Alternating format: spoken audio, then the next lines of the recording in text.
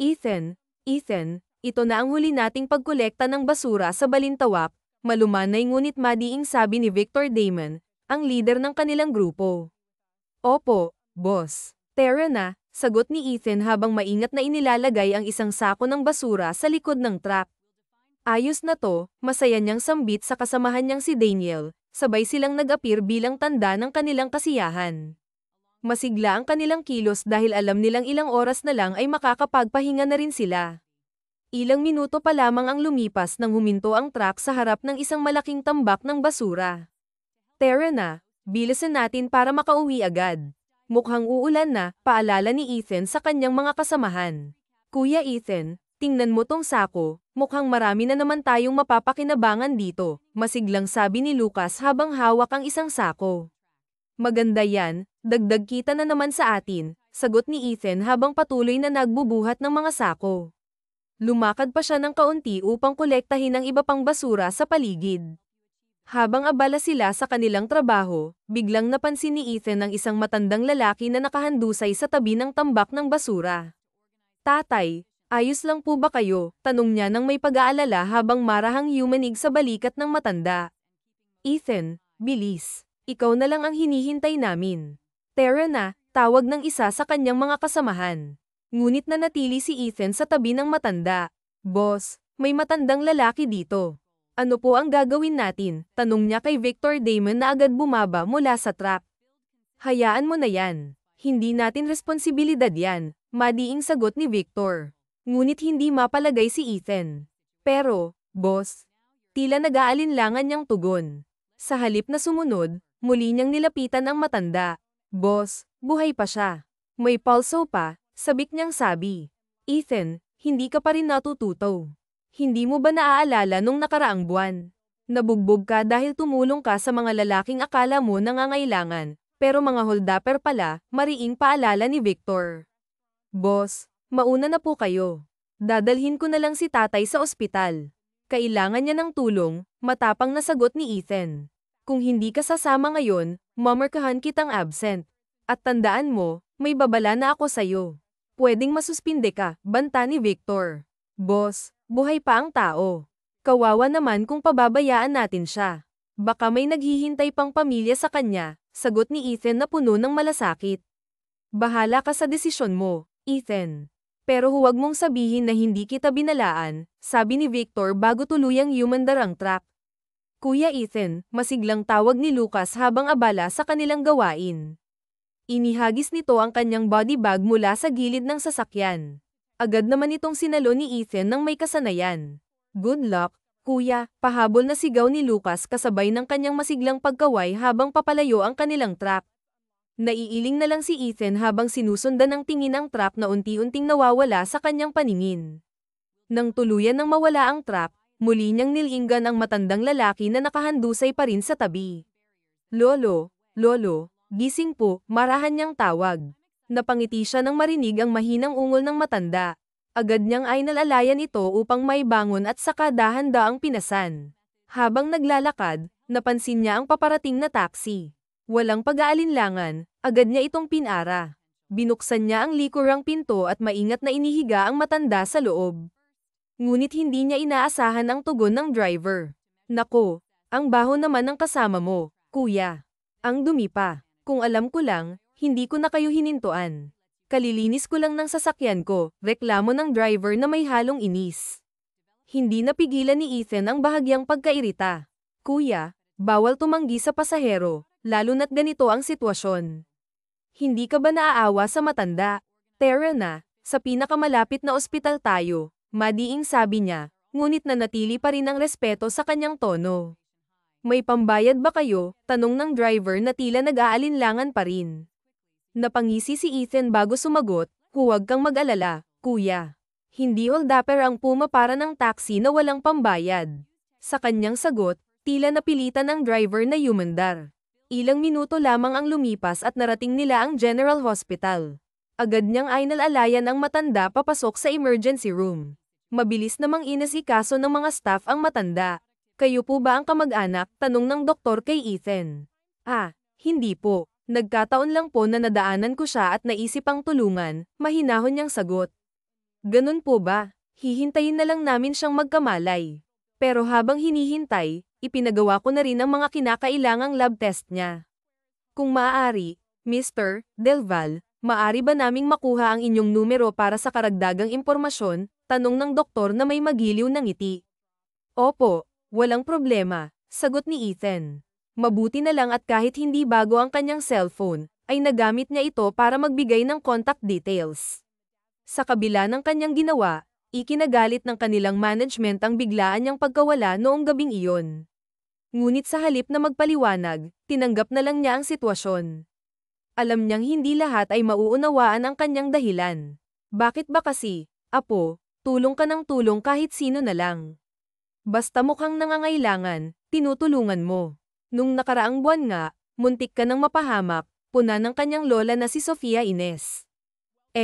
Lola, baka naman tatakbo ng konsehal si Kuya balang araw, sabat ng kanyang bunsong kapatid na si CA, sabay tawa.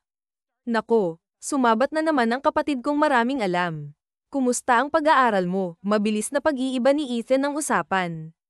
Oh, si Kuya, iniba na naman ang usapan, natatawang sagot ni CA, sabay pang-asar.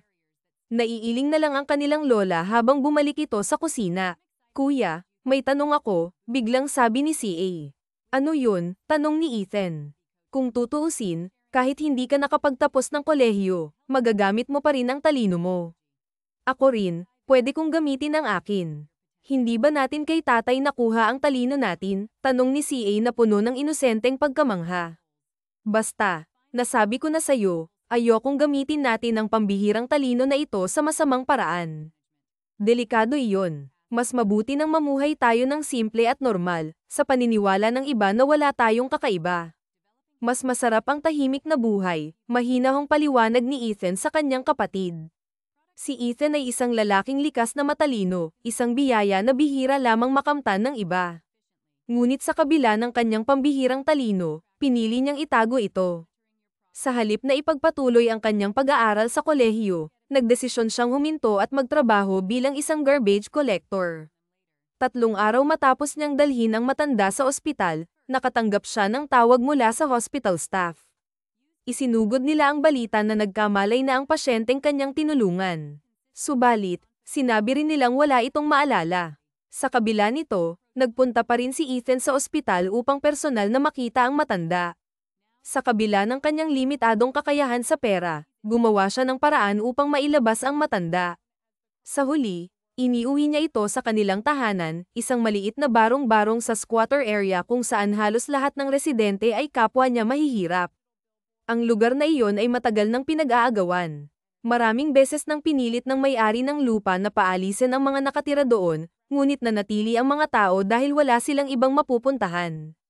Lolo, tera po sa munting tahanan namin, malumanay na iniaya ni Ethan sa matanda. Habang naglalakad sila, nadaanan nila ang isang grupo ng mga residente na nagre-rally upang ipaglaban ang kanilang karapatan laban sa nakaambang demolisyon. Anong nangyayari? Tanong ng matanda, tila naguguluhan. Iyon ho ba? Gusto nang bawiin ng may-ari ang lupa dahil balak nila itong pagtayuan ng bagong building. Ang Mercado Real Estate daw ang bumili nito, paliwanag ni Ethan. Ganoon ba? Sagot ng matanda, tila nag-iisip. Samantala, sa kanilang tahanan, nagtanong ang lola ni Ethan habang tinitingnan ang matandang lalaki. Apo, hindi ba wala kang trabaho ngayon? Natanggal ka, hindi ba? Ngumiti si Ethan at sumagot ng may kumpiyansa. Okay lang po, lola. May nakausap na akong bagong papasukan. Huwag na po kayong mag-alala tungkol doon. At lola, maaari po bang kayo na muna ang bahala kay lolo? Dahil sa kanyang kabutihan, madaling napakiusapan ni Ethan ang kanyang lola, si Sofia Ines, na pansamantalang alagaan ang matanda. Sa kasamaang palad, natanggal siya sa Public Waste Management Office dahil sa mga nangyari. Mabuti na lang at may dati siyang kasamahan na tumulong sa kanya upang makapasok sa isang pribadong waste management company. Dito, araw-araw nilang kinokolekta ang basura mula sa malalaking kumpanya, kabilang na ang Mercado Real Estate Company, ang bagong nagmamay-ari ng lupang tinitirikan ng kanilang tahanan. Isang araw, habang nangongolekta ng basura sa loob ng gusali ng Mercado Real Estate, naatasan siyang pumunta sa ikatlong palapag kung saan naroon ang opisina ng manager na si Isabela Mercado. Si Isabela ay kilalang anak ng CEO ng kumpanya at usap-usapang siya ang susunod na mamumuno rito. Ngunit, ayon sa balita, ang magiging asawa niya ang maaaring iproklama bilang bagong CEO. Kasalukuyang may nobyo si Isabela na si Marco Hanasan, na may mataas ding posisyon sa kumpanya.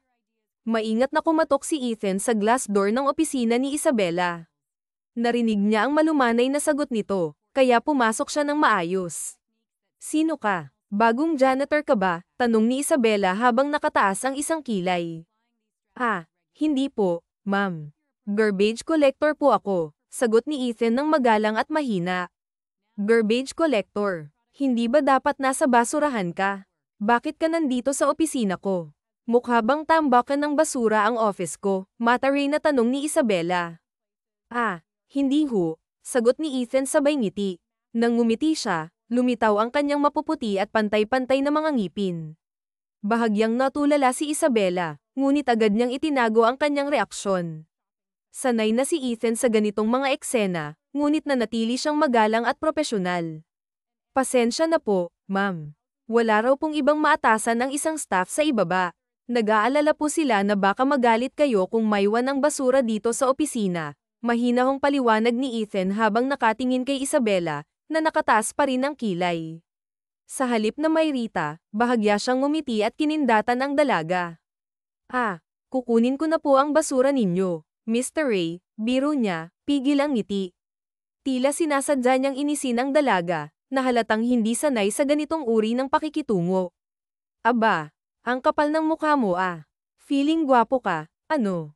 Akala mo naman napakagwapo mo dahil lang sa itsura mo," sagot ni Isabela, halatang naiinis. Ma'am, mukhang nagagandahan kayo sa akin kasi binanggit niyo pa ang itsura ko," sagot ni Ethan habang abala sa pagsasalin ng basura sa garbage bag.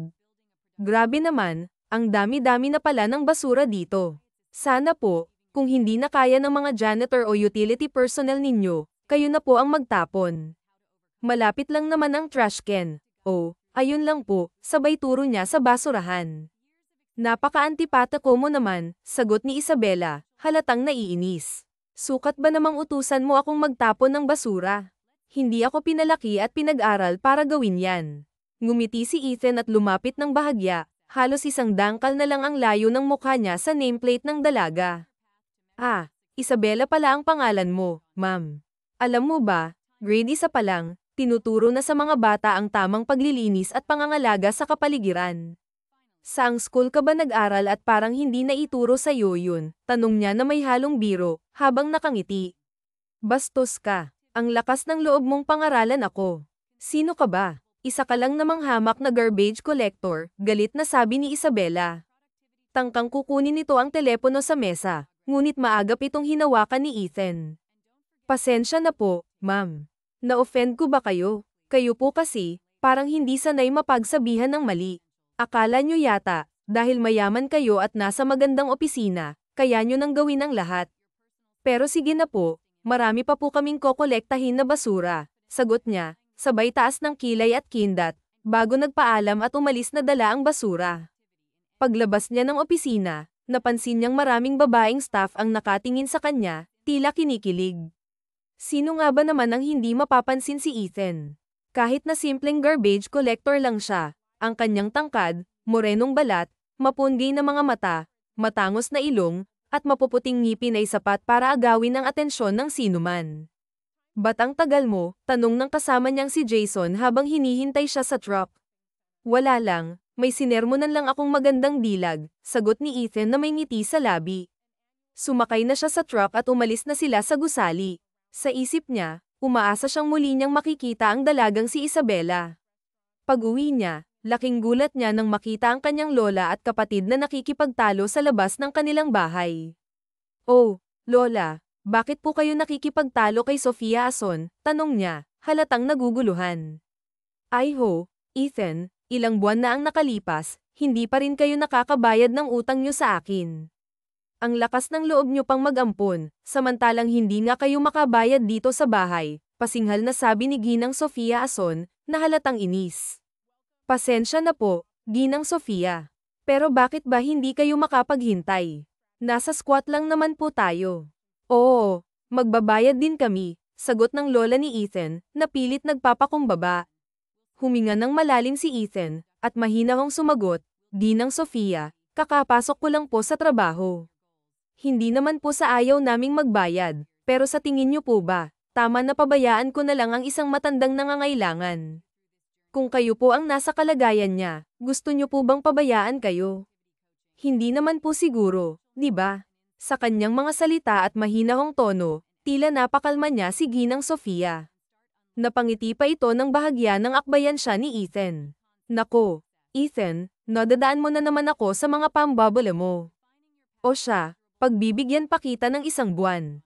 Sige na, magpahinga ka na, sabi ni Ginang Sofia, na ngayon ay mas mahinahon na. Maraming salamat po, Ginang Sofia. Napagod na rin po ako sa trabaho. Oh, si Choleng po pala, ang daming dalang pinamalengke. Tutulungan ko na po siya, sabi ni Ethan, sabay lakad papunta sa anak ng ginang.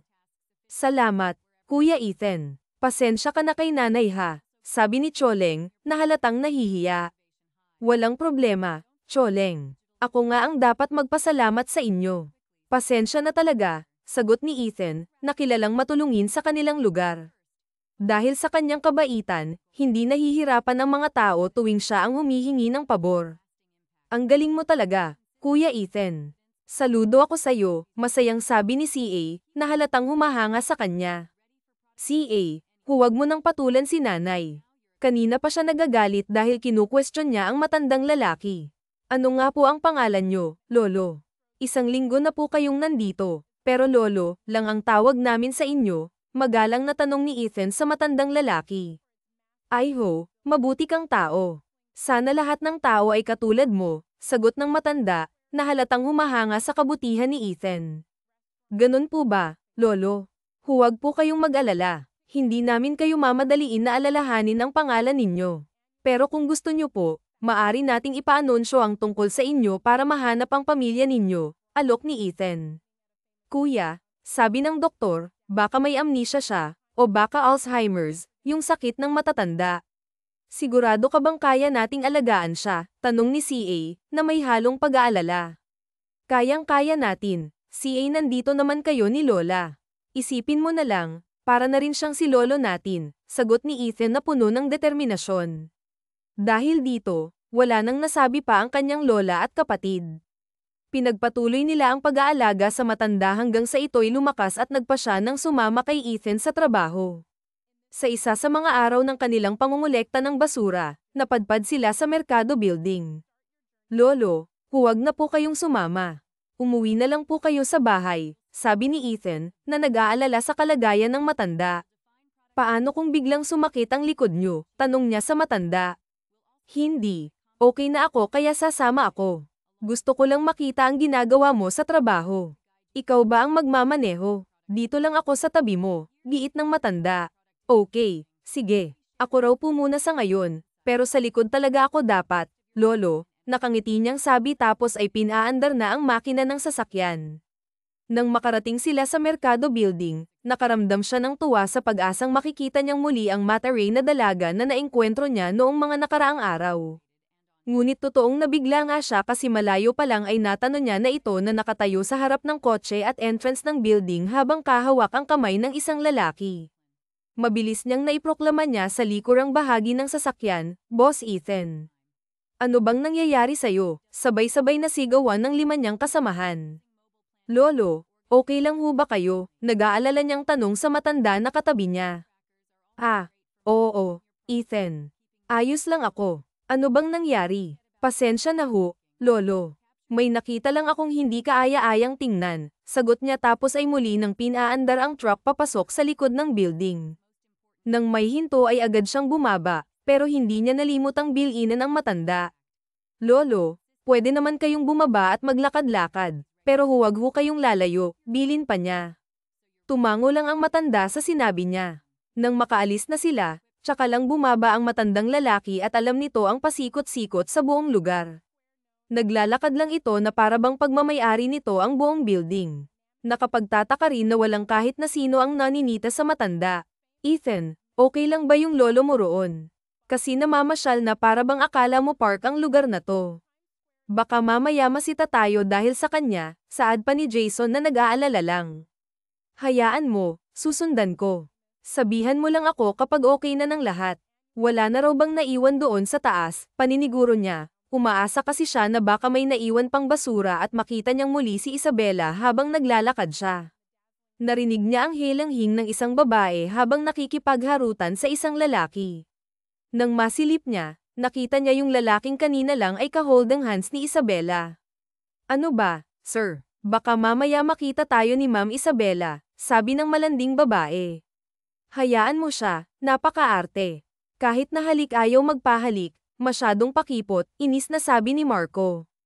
Kaya ang ginawa niya, gumawa siya ng ingay para mawala ang mga ito tapos ay sumisipol pa siyang naglakad na parang walang nangyari.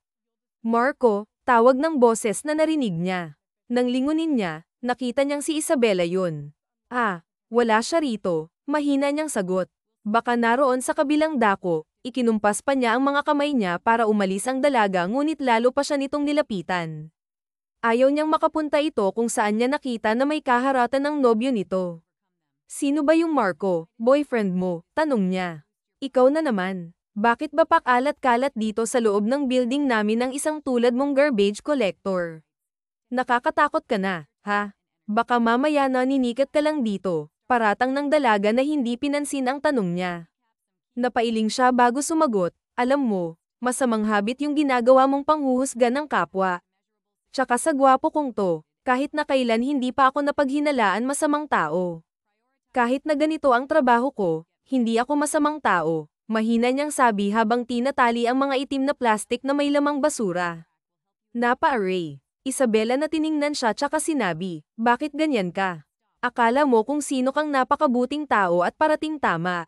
Kung makasermon ka sa akin para bang kilalang kilala mo na ako, palatak ni Isabela. Napangisi siya habang nakatingin sa magandang mukha ng dalaga. Bakit ko alam? Dahil sa mga pananalita mo sa akin. Baka bawat taong nakikita mong may mababang katayuan, inaapi mo. Masama yan, magbago ka na. Kung ako ang magiging boyfriend mo, tiyak na magbabago yung ugali mo. Hiwalay mo na yung makong mong nobyo, sabi pa niya tapos kinuha na ang basura sabay kindat bago tuluyang umalis. Naiwan si Isabela na natutulala at naiinis sa kanya. Buwisit yung lalaki na yun, isa na lang talaga at may paglalagyan na siya, palatak ng dalaga. Naiinis si Isabela sa mga katulad ni Ethan kasi sinasabi niyang tunay na nakikita niya sa ugali nito. Sa kauna-unahang pagkakataon kasi ay may taong pamuna sa mga mali ng dalaga. Sa buong buhay kasi ni Isabela, walang kahit na sino ang nanita sa ugali niya at walang nagsasabi na mali ang mga ginagawa nito kaya't natulala ito at nagugulat kapag nasesermonan na niya. Oh, lolo, tara na. Kanina pa kita hinahanap, tawag ni Ethan sa matanda nang makita niya itong nakatayo sa may reception area ng entrance ng building. Oh, sige, tayo na. Kanina pa nga kita hinihintay, sabi pa ng matanda. Nako, lolo, next time, huwag ka nang. Alam mo kasi, hindi rito sa entrance ang daan ko. Ngayon lang kasi hinahanap kita. Mabuti na lang at nandito ka lang pala, nakangiti niyang sabi. Oo, sige na, tayo na. Tapos ay sinundan na siya nito samantalang nag-iwan pa yun ng tingin sa mga empleyado na naroon sa reception. Habang nasa sasakyan na sila pabalik sa waste area, naisipan niya itong tanungin, Lolo, may sakit ho ba talaga kayong kalimo? Mali, dapat ganito ang tanong ko. May naalala ka na ba sa pagkatao mo? Baka kasi hinahanap ka na ng mga mahal mo sa buhay. Nasa tinig niya ang pag-aalala habang tinatanong yun pero nakita niya na hirap ang matanda na sagutin ang tanong niya. Sige na nga po, Lolo. Baka mamaya malungkot ka pa at isipin mo na gusto na kitang paalisin. Hayaan mo na, balang araw maibabalik ko sa'yo ang pagtulong mo, mahinahong tugon ng matanda. Hindi na po, Lolo. Wala yun sa akin, tugon niya. Hindi ka ba naghahangad ng anumang kapalit para sa mga ginawa mong pagtulong? Katulad na lang ng pagtulong mo sa akin, tanong ng matanda. Bahagya siyang natawa. Hindi, Lolo. Bakit naman kailangang may kapalitang pagtulong? Isipin mo na lang, Lolo, na kahit na paano ay may mga katulad ko pa rin na tumutulong ng walang kapalit at naghahangad ng maganda para sa kapwa, sagot niyang muli. Dahil doon, nabuksan ang isipan ng matanda sa isang bagay na gusto nitong gawin. Naisip nito na si Ethan ang lalaking karapat-dapat para sa isang posisyon na napakahalaga para sa matanda kaya naisip na nitong bumalik sa tunay nitong pagkatao. Kinaumagahan, nagulat ang lola niya nang may malaking sasakyang pumarada sa harap ng bahay nila. Nagbabaan ng mga kalalakihan na nakakulay itim at agad na kinuha sila para isakay sa sasakyang iyon. Hoy, sino kayo? Bakit mo ako hinihila? Gulat na tanong ni Sofia Ines.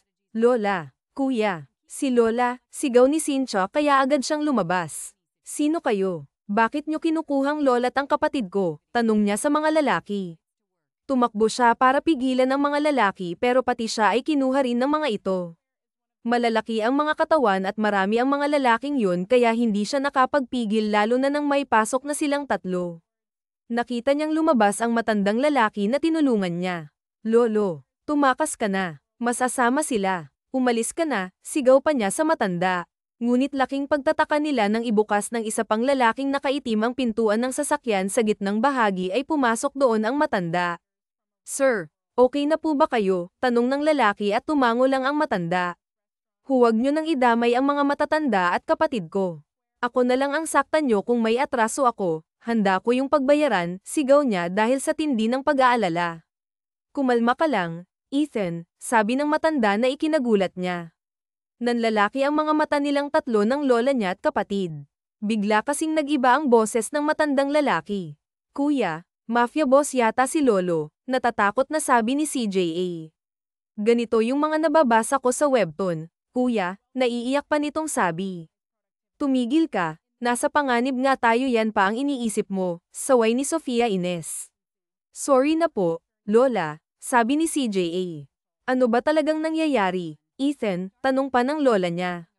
Napakamot naman siya sa kanyang batok. Hindi niya rin kasi alam kung ano ang nangyayari. Ilang minuto pa, naramdaman nilang huminto ang malaking sasakyan na sinasakyan nila. Tayo na, sabi lang ng matandang lalaki tapos ay nauna na itong bumaba ng sasakyan. Sila nagtataka nang makita nilang binukas ng lalaking nakaitim ang pintuan at sinenyasan silang bumaba. Wala na silang nagawa kundi ang lumabas ng sasakyan. Nanlaki pa ang mga mata nila nang makitang mansyon kung saan sila dinala ng mga ito. Welcome, Ethan, at sa iyong pamilya, masayang sabi ng matandang lalaki. Hindi ho namin maunawaan, Lolo. Oo, alam ko, hindi nyo nauunawaan. Ang totoo niyan, wala naman talaga akong sakit na kalimo. Alam mo, Ethan, ang totoo niyan, nalasing ako nung gabing yun. May natuklasan kasi akong isang katotohanan na mahirap paniwalaan tapos nang magising ako sa ospital, sinabi nga sa akin ng doktor at nurse na may nagdala sa aking binata doon na humandar ang isip ko. Naisip ko, Ethan, nasubaybayan ka pa at kilalanin. Kaya ngayong kilala na kita at alam ko na ang iyong tunay na pagkatao, inaanyayahan kita rito sa aking mansyon, masayang sabi ng matanda.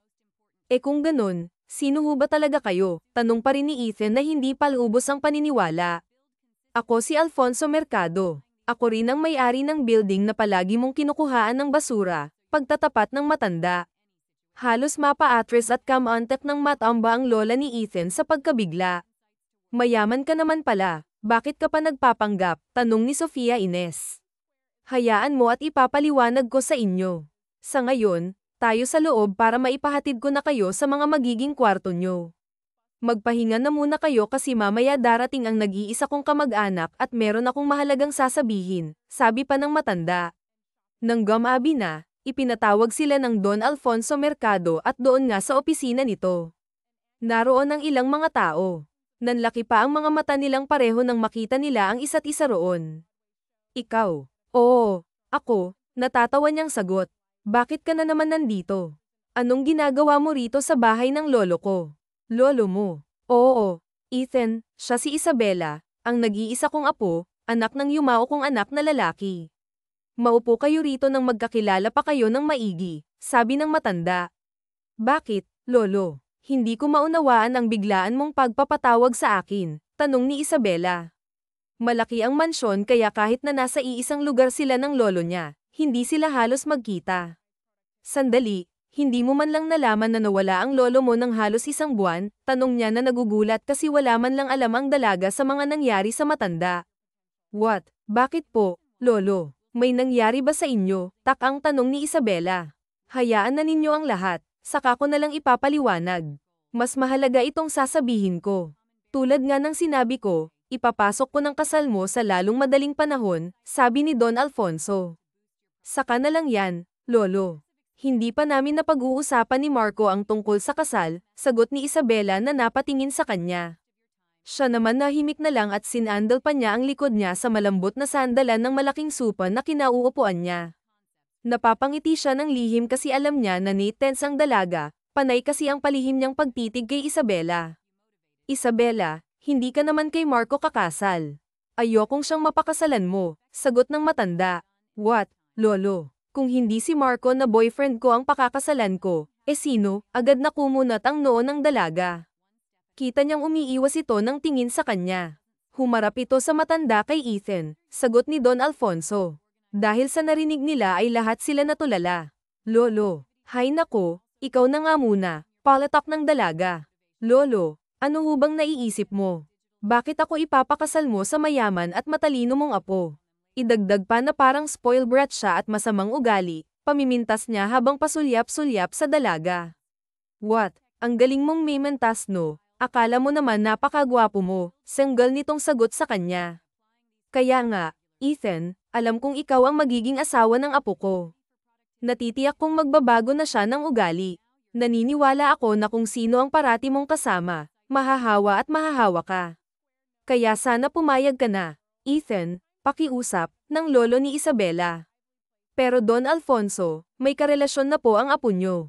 Ayoko namang sirain ang relasyon ng may relasyon, sabi pa niya. Alam mo kasi, Ethan, nakapagbitiw ako ng pangako na kung sino ang mapapangasawa ng apo ko, siya ang magiging bagong CEO ng kumpanya ko, sabi pa ng matanda. Lolo, ayokong makasal sa kanya. Wala siyang ginagawa kundi ang pag-alitan ako. Baka maging miserable ang buhay ko sa kanya, palatak at pagtutol pa ni Isabela. Yan nga ang nararapat sa'yo, apo. Ayoko naman kasing habang buhay kang aasa sa akin. Ang gusto ko siyang mamahala at gagabayan mo siya, nauunawaan mo ba? Tanong ni Don Alfonso sa apo nitong si Isabela. What, lolo? Sino ba yung taong to? Sabay turo ni Isabela sa kanya. Ni hindi ko nga kilala ang taong yan tapos sasabihin mo sa akin na pakasalan ko siya at tutulungan na mamahalan ng kumpanya mo. Napaka-unpredictable mo naman, lolo. Halos hamaanggos pa ang dalaga habang nangangatwiran sa lolo. Okay lang, Lolo Alfonso, kung ayaw niya akong pakasalan. Hindi ko kailangang ipilit ang sarili ko sa taong ayaw sa akin. Pero wala akong ibang mapagkakatiwalaan maliban sa'yo. Ikaw lang ang gusto kong mamahalan ang mga negosyo ko, Ethan, determinadong sabi ng matanda. Tumingin pa ito sa kanya ng tingin na nakikiusap. Pero sa tingin ko, okay naman po ang apo niyo. Nakapag-aral at may kaalaman sa pamamahala. Bakit po hindi na lang siya babae si Isabela kapag nasa kanya ng lahat ng pamamahala maaari siyang paibigin lang ng kung sinong lalaki tapos ay kukunin sa kanyang pamamahala noon hindi ko gustong mangyari ang bagay na yon. Napatayo si Isabela L. Ang unfair mo naman sa akin. Apo mo ako dapat ako ang pagkatiwalaan mo hindi yung sinasabi mo yan sa harapan ko mismo. Naiinis na lumakad itong palabas sa lugar na kinaroroonan nilang lahat. Lolo Alfonso. Ako na ang kakausap sa kanya. Ang totoo niyan gusto ko ang apo mong si Isabela pero hayaan mo muna akong mapaibig siya yung siya na mismo ang hahabol sa akin at makikiusap na pakasalan ko siya talaga Ethan nakakasiguro ka bang mapapaibig mo siya tanong ng matanda ng lalaki pa ang mga mata nito dahil sa tuwa kinabukasan nagulat pa si Isabela nang makita siya sa opisina nila hiniling niya ang maging empleyado muna siya sa kumpanya at paiibigin niya ang dalagang apo nito kung magagawa niya yun doon pa lang sila maaaring ikasal at magagawa ng matanda ang nais nitong ipamahala sa kanyang ang mga negosyo nito samantalang ang unang naging trabaho ni Ethan ay ang maging secretary ni Isabela. Good morning ma'am ako nga pala ang bago mong secretary kumusta ang tulog mo na panaginipan mo ba ako pinanlisikan lang siya nito ng mga mata alis mahina nitong sanggal sa kanya hindi kita gustong makita naiinis ako sayo alam mo ba yun bakit naman ako natutuwa akong makita kang naiinis actually para nga akong nasa alapaap kasi inis na inis ka sa akin sabi niya tapos ay umupo siya sa sopa na naroon sa opisina dumi pa siya at tiningnan sa mga mata ang dalaga dalaga alam mo sa lahat ng lalaking nakilala ko ikaw yung napakayabang anong pakiramdam mo sa sarili mo pa'y ibigin mo muna ako mapaklang natawa si Isabela habang napa-cross arms narinig mo pala ang usapan namin ang akala ko nag-walkout ka na nung time na yun so ibig sabihin nagpapahabol ka lang pala, nakangisi niyang tanong. Aha talagang, ngunit napatayo siya at nilapitan ng dalaga kaya hindi na nito natapos ang sasabihin. Maagap itong napaatras sa lamesa at napatukod ang kamay nito doon. Nakita niya yon kaya natutuwa siyang itinuloy ang binabalak niya. Hinalikan niya ito sa labi tapos ay kinabig niya ang bewang nito upang madiinan pa yon nang hindi makawala ang dalaga kung sakaling pipiglas ito. Ngunit gaya ng inaasahan niya, napatugtog na tinamaan ang sampal nito. Sabi mo si Lolo unpredictable, pero alam mo, ikaw, alam na alam ko ang bawat ikikilos at sasabihin mo. Tapos ay mariin na naman niyang hinalikan ng dalaga at kinabig sa bewang nito, masarap na halik ang ginawad niya rito. Bumilang lang siya ng 10 segundo, naramdaman niyang tumutugon si Isabela kaya doon niya na ito binitawan. Ano, nagustuhan mo ba? Tanong niya sabay kindat. Hanggang dito na lang muna tayo, sabi pa niya sabay talikod na't iniwan ang dalaga. Tulala si Isabela ng mga sandaling iniwan niya ito. Hindi nito alam kung ano ang mga nangyari. Singbilis din ng mga pangyayari ang pintig ng puso nito. What the hell are you doing, Isabela? Huwag mong sabihin na nahulog ka sa mga patibong ng lalaking yun. You're so stupid, mariing sabi ni Isabela sa kanyang sarili. Nang magsimulang magtrabaho si Ethan sa building na yun, alam na rin niya kung sino-sino ang mga kalaban niya. Lingid sa kaalaman ng lahat, si Ethan ay biniyayaan ng matalinong isipan. Hindi nga lang niya yun ginamit para umangat sa buhay ng mabilis. Sa totoo lang, kaya niyang mangsamoro trabaho bilang garbage collector at kumita ng marangal, ngunit hindi ibig sabihin ay nawala ang talinong ibinigay sa kanya ng Diyos. Lingid sa kaalaman ni Ethan na natuklasan din ni Don Alfonso ang gift na iyon ng binata, dahil ang kapatid nitong si Ka ay may ganun ding kakayahang pinili nilang itago sa nakararami. Bakit mo piniling ilihim ang katalinuhan yun ng kapatid mo? Natanong ni Don Alfonso nang minsan silang nag-uusap ng palihim. Maraming masasamang tao na maaari kaming pagsamantalahan at pagkainteresan. Pinoprotektahan ko lang ang buhay ko at ng aking pamilya. Ngayong nalaman mo ito, Lolo Alfonso, nakakasiguro ba ako na hindi ka isa sa mga taong gagamitin lang ako o ang kapatid ko? Hindi, Ethan. Nirerespeto ko ang desisyon mong itago kung anumang galing ang nasa iyo. Nabihag mo ang loob ko hindi dahil sa pambihira mong katalinuhan, kundi dahil sa pambihira mong prinsipyo at kabutihang loob. Ang katulad mo ang nais kong mag-alaga sa apo ko. Kapag ikaw ang mapapakasalan niya, mapapanatag ang loob ko na may iwan ko si Isabela sa maayos na kalagayan. Salamat, Lolo Alfonso. Makakaasa ka na gagawin ko ang lahat para maalagan ang apo mo. Kinabukasan, nagulat na lang si Isabela nang pagsakay nito sa kotse ay naroon na siya sa driver seat. Dito ka sa tabi ko. Magmumukha na naman akong driver mo niyan. Ano, secretary na driver pa? Tanong niya habang kumikindat sa dalaga. Hindi ito kumibo. Baka kulang yung sinabi ko.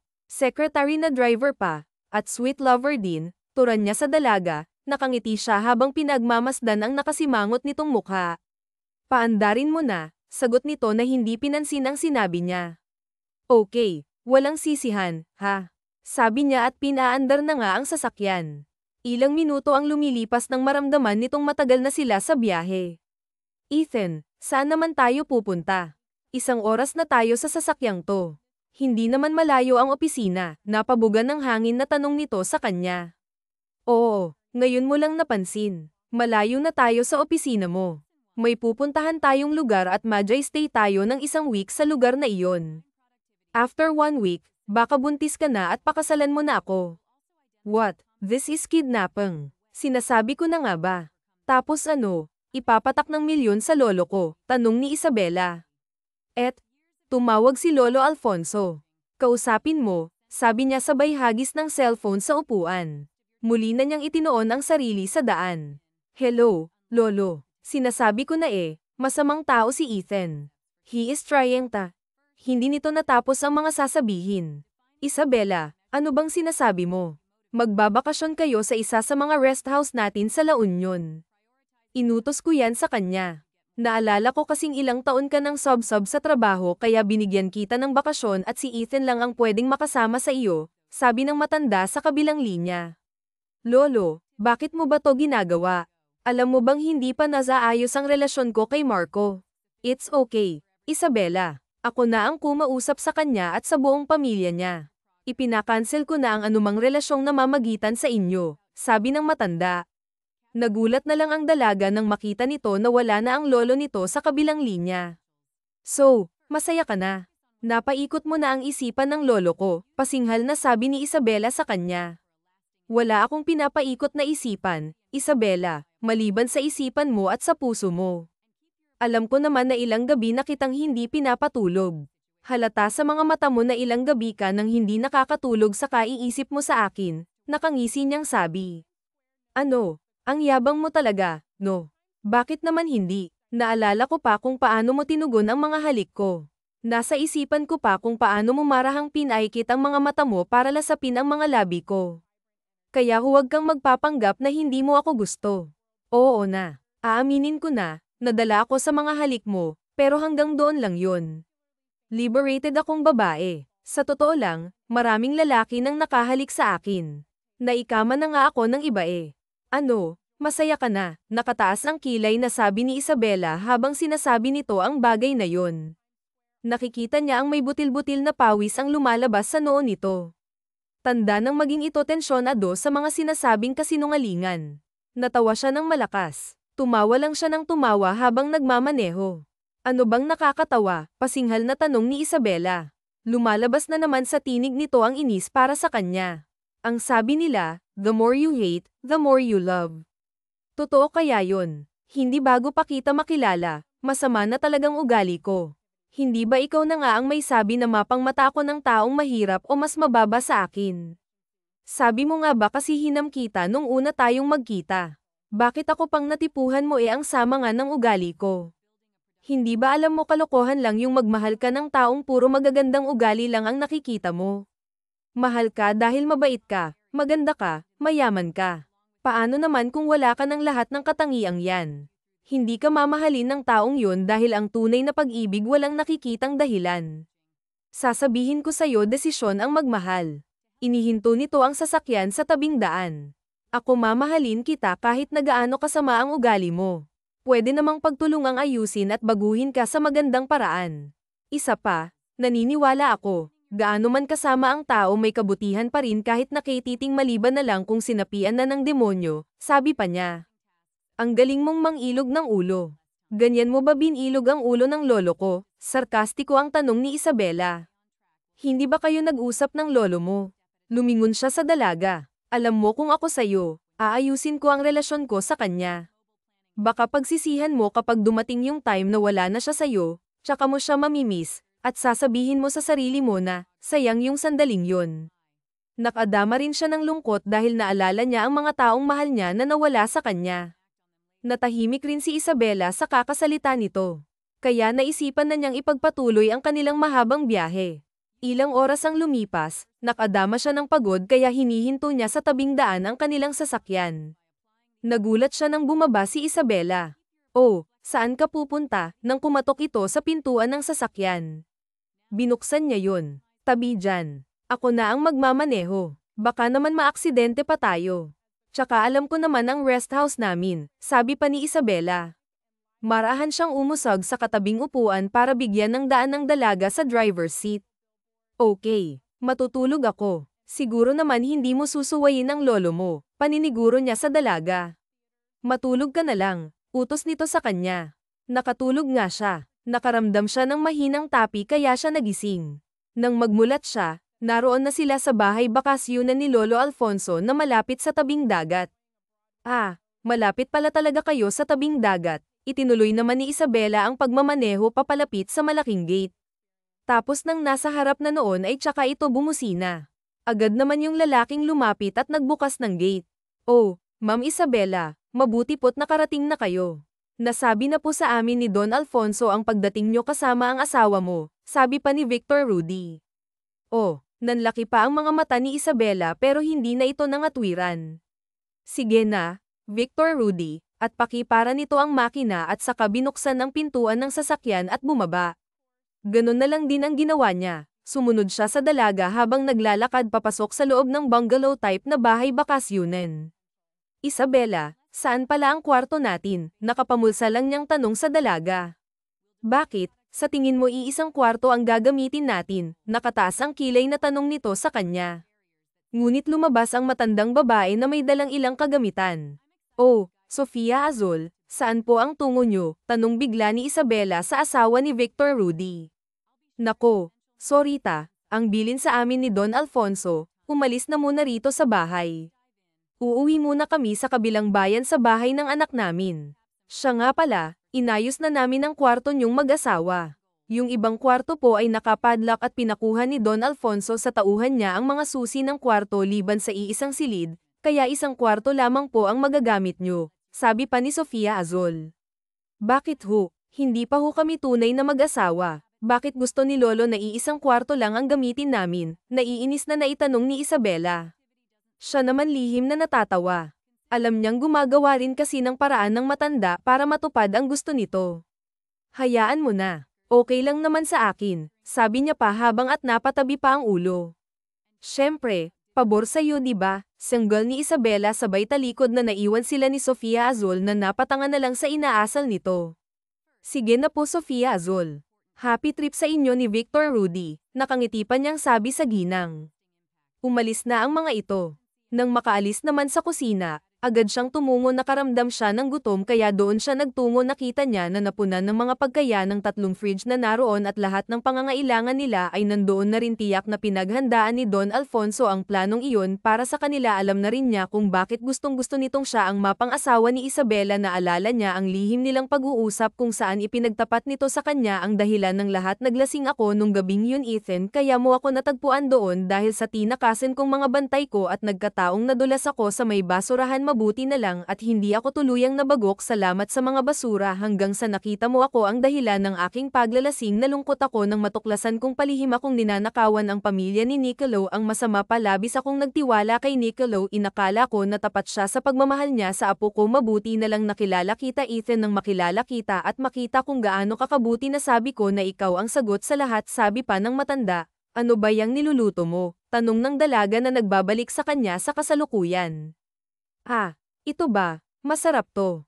Tiyak na makakalimutan mo ang pangalan mo kapag natikman mo ang nilagang baka na ito, sabi niya nang may pagyayabang. Ah, talaga ba? Tanong ni Isabela. Bakit? Ayaw mong maniwala, ganti niyang tanong ngunit talikod ang dalaga at umakyat muli sa itaas na bahagi ng kabahayan. May iilang baitang lang ang hagdang daraanan patungo sa mga silid. 3 sana ang silid pero naalok ang 2 kaya wala silang choice kundi ang matulog sa iisang kwarto doon na humandar sa isip niya ang isa pa niyang strategy. Oh, ang ganda pala ng kwarto, sabi niya. Nakita niya si Isabela na nakaupo sa harap ng vanity mirror at nagsusuklay. Nakapaligo na pala ito. Huwag kang mag-alala hindi naman kita pipiliting tabihan kung ayaw mo. Sa sala na lang ako matutulog malaki naman ang couch sa ibaba, sabi niya. Lumapit siya sa kama at kinuha ang ilang una at kumot na nakita niyang nakalapag doon. Hindi naman ito kumibo sa sinabi niya. Kapag tapos ka na, bumaba ka na sa kusina. Kakain na, mahina pa niyang sabi sabay alis sa harap nito. Nagbalik siya sa kusina, umupo siya sa harap ng hapagkainan at nagbilang ng 20 segundo. Hindi nga siya nagkamali at nakita niya nang humahakbang pababa ang dalaga. Oh, mabuti bumaba ka na. Tara na. Kain na tayo. At manyang nagkakan kapag lumampas na ng 6:00 ng hapon tumayo siya at kinuha ang isang malalim na mangkok at nilagyan yun ng sabaw na may halong laman ng baka at ilang pirasong saging na saba patatas at mais. Ano ba carbs pa rin ang saging at patatas, sabi naman ito. Tikman mo muna tsaka mo sabihin na hindi mo kailangan ng kanin. Lahat ng tumitikim ng luto ko nakakalimutan ng salitang low carb, palatap niya.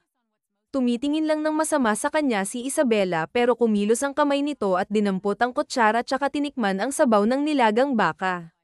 Ang yabang. Sino lang naman ang tumitikim ng luto mo? Lola mo lang naman at kapatid mong babae.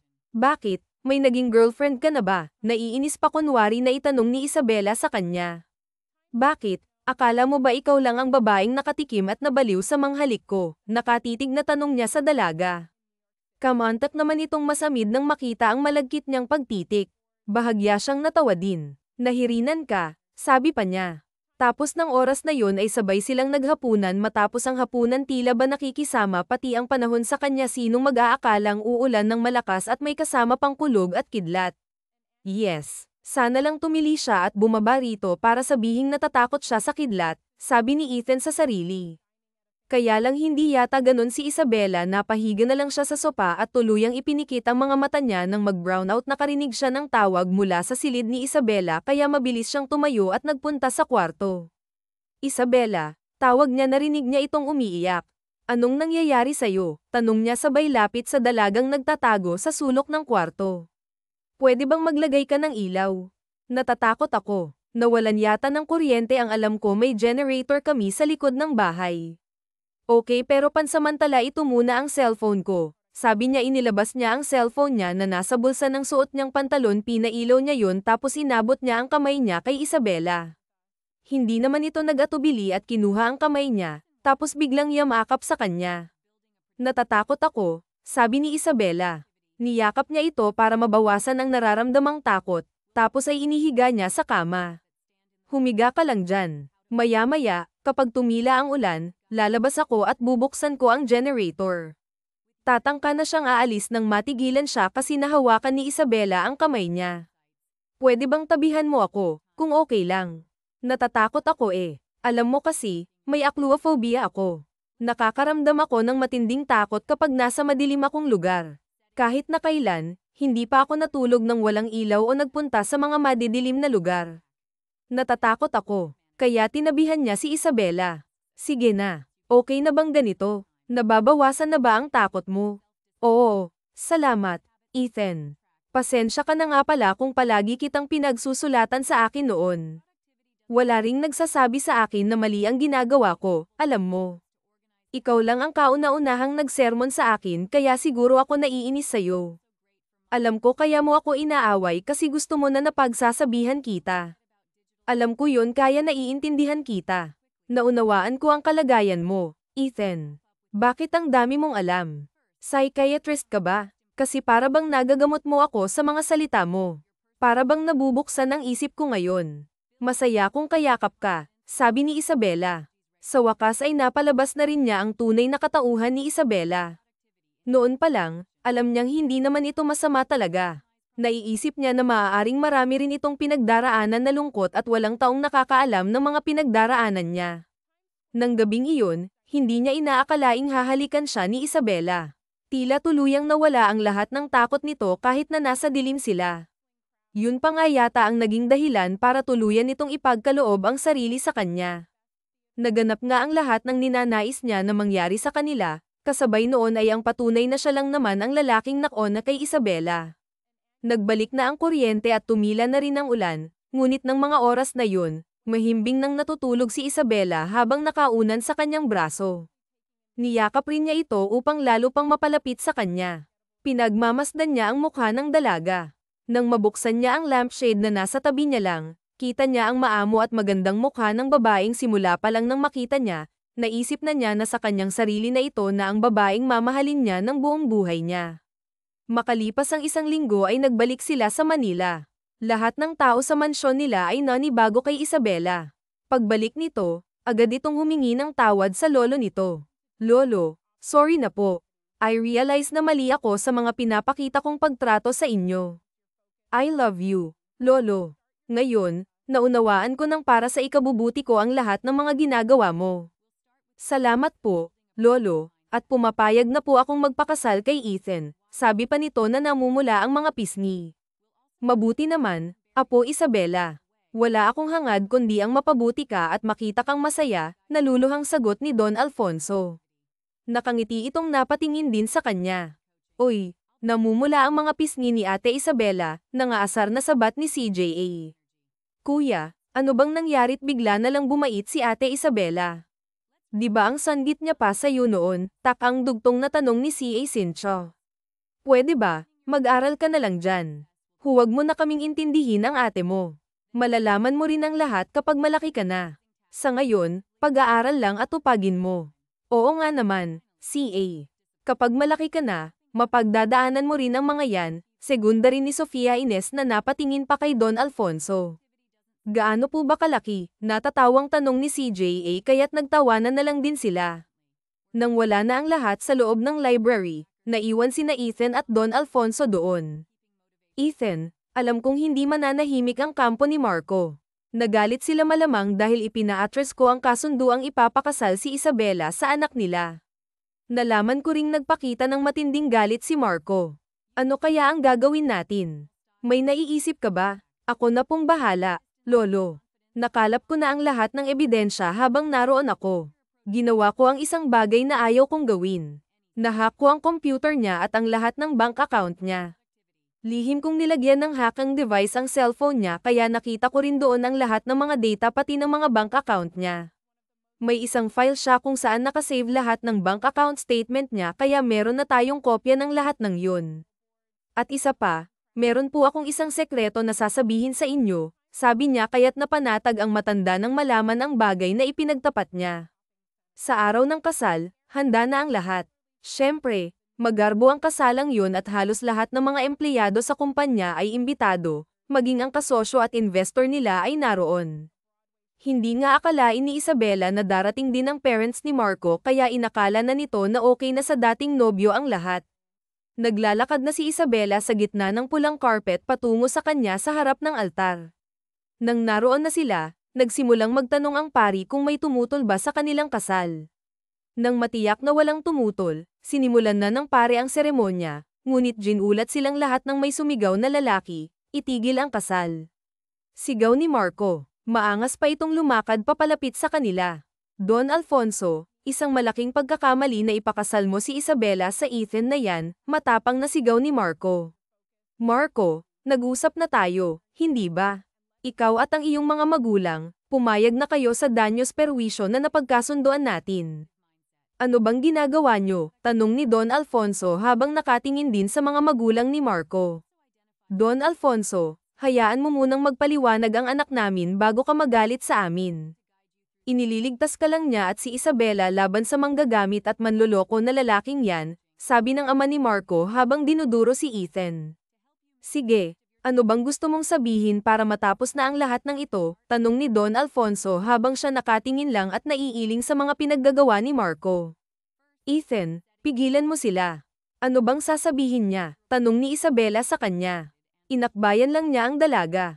Hayaan natin siya. Tingnan natin, baka may kwenta naman ang sasabihin niya, sagot lang ni Ethan. Ang lalaking yan, si Ethan Del Valle.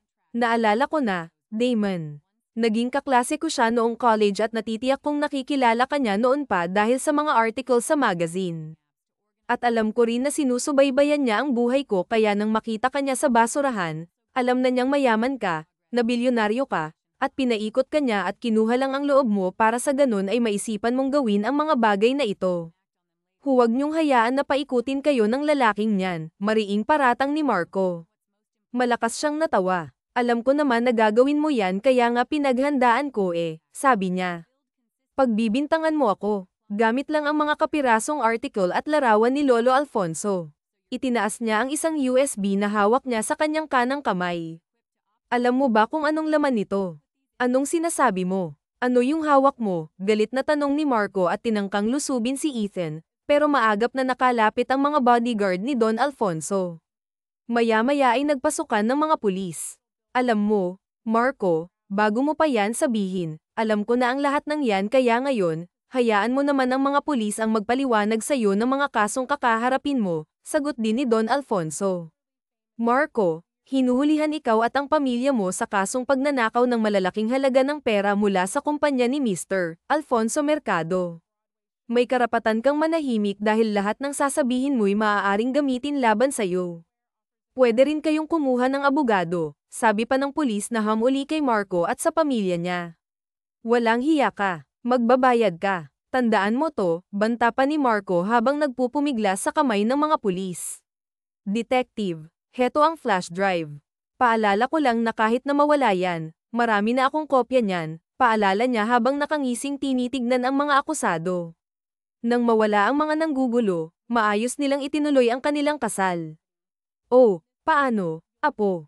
Mag-ingat kayo ha, sabi pa ng lola niya kay Isabela. Kayo rin po, lola. Alagaan niyo ang sarili niyo pati na si CJA, bilin niya sa lola niya. Nakatakda na rin kasi ang flight nila patungong Osaka, Japan. Bakit naman niya alagaan ang sarili niya kung pwede naman naming alagaan ang isa't isa? Tanong ni Don Alfonso sa kanila. Nakita pa niyang kabijin ng lolo ni Isabela ang lola niya. Umalis nga sila at nagtungo sa Japan. Doon nila piniling gawin ang kanilang honeymoon. Ethan Del Valle, tinatawagan kita. Umakyat ka ngayon dito sa stage kasi gusto kong ihayag na mula sa araw na ito, ikaw na ang itinakdang bagong CEO ng aking kumpanya, sabi ni Don Alfonso habang nakatayo sa stage. Honey, tawag ka ni Lolo. Bilisan mo, alam mo namang excited si Lolo na i-proclaim ka as the new CEO, nakangiting sabi ni Isabela. Malaki na ang tiyan ni Isabela ng mga panahong iyon dahil sa pinagbubuntis na nito ang panganay nilang baby. Nang makalapit na siya, binigyan siya ng sarili niyang mic para makapagsalita. Masaya po ako at nagpapasalamat kina Lolo at sa asawa kong mahal.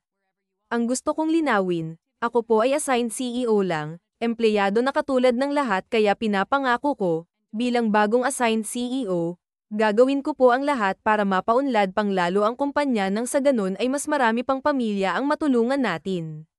Pinapangako ko na ituturing kong akin ang kumpanyang ito, pero hinding-hindi ko aangkinin. Ibig sabihin, ang malasakit at pagmamahal ko ay para sa nakakarami. Salamat sa inyo, yun lang ang nasabi niya at bumaba na siya sa stage. Ethan, umiral na naman ang pagiging mapagkumbaba mo, sabi ni Don Alfonso.